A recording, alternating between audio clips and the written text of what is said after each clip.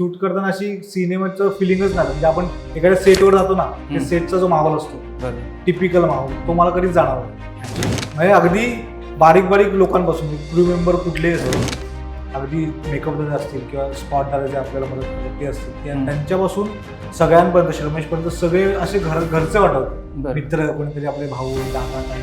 तर ते काम करताना आणि आम्ही आमचं सीन झालं तरी बसून राहायचो. कॅरेक्टर सगळा एक मित्र यायचा सिनेमात, ज्याच्यामुळे कथा चालू होते. हा, जसा मी आहे तसंच तो एक मित्र आहे.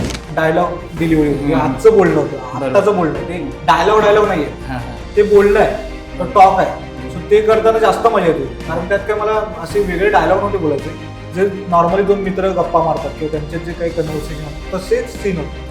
त्यामध्ये करताना जास्त मजा येत होती, कारण ते चॅलेंजिंग होतं की तेवढं खरं आणि नॅचरल वाटलं पाहिजे काम करताना. सो ते करणं जरा कठीण होतं. आणि ते एक आमचा जो अट्टास होता की जेवढं नॅचरल, जेवढं सहज होईल ना तेवढं कसं करायचं. आणि आम्ही खूप गोष्टी प्रकर्षाने टाळल्या होत्या विनोदाच्या बाबतीत, की आम्हाला टिपिकल विनोद किंवा तशी कॉमेडी नव्हतीच करायची. ठरवून जिथे गरज आहे तिथे जर आपसूक सिच्युएशनल काय होत असेल तरच, आता प्रेमातच नाही पडायचं. आम्ही ठरवून कापायचो, नाही नको हे नको हे नको.